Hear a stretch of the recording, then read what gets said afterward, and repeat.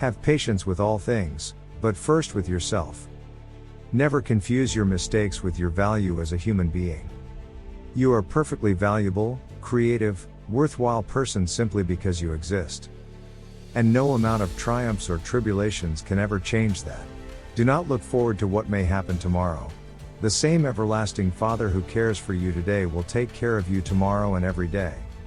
Either He will shield you from suffering, or He will give you unfailing strength to bear it. Be at peace, then, put aside all anxious thoughts and imaginations, and say continually, "The Lord is my strength and my shield, my heart has trusted in Him and I am helped. He is not only with me but in me and I in Him." What we need is a cup of understanding, a barrel of love, and an ocean of patience. Anxiety is the greatest evil that can befall a soul, except sin. God commands you to pray, but He forbids you to worry. Great occasions for serving God come seldom, but little ones surround us daily.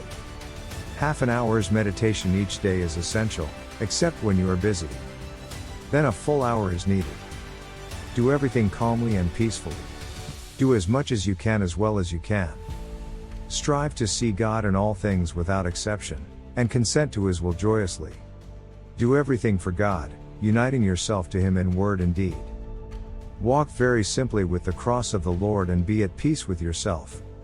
Do not look forward to the changes and chances of this life in fear. Rather look to them with full hope that, as they arise, God, whose you are, will deliver you out of them. He is your keeper. He has kept you hitherto. Do you but hold fast to His dear hand, and He will lead you safely through all things. And, when you cannot stand, He will bear you in His arms. Do not look forward to what may happen tomorrow. Our Father will either shield you from suffering, or He will give you strength to bear it. Faith is like a bright ray of sunlight. It enables us to see God in all things as well as all things in God. Don't get upset with your imperfections. It's a great mistake because it leads nowhere, to get angry because you are angry, upset at being upset, depressed at being depressed, disappointed because you are disappointed. So don't fool yourself. Simply surrender to the power of God's love, which is always greater than our weakness. Never be in a hurry, do everything quietly and in a calm spirit.